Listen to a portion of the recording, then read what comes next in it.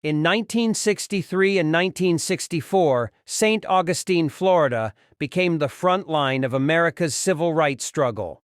At the center was Dr. Robert Hayling, a dentist, Air Force veteran, and fearless activist. He led the NAACP Youth Council and refused to back down even after the Klan beat him nearly to death and gunmen shot into his home.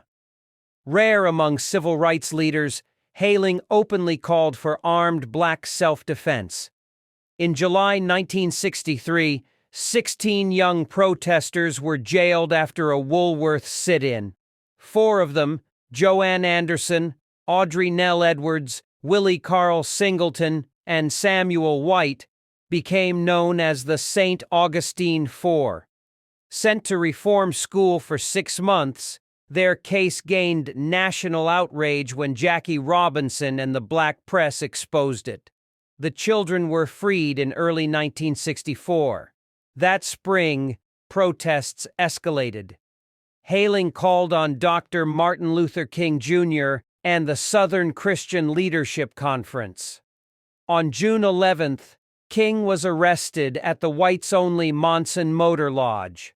From his jail cell, he wrote to Rabbi Israel Dresner, and soon 17 rabbis joined the protests, the largest mass arrest of rabbis in U.S. history.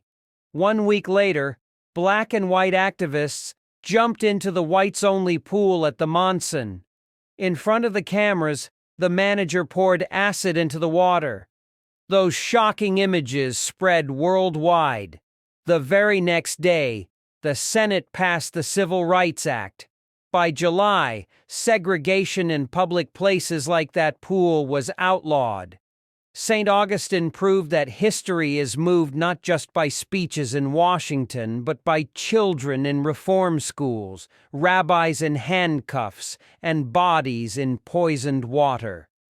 At the heart of it all stood Dr. Robert Hayling, a man who risked everything to push America one step closer to freedom.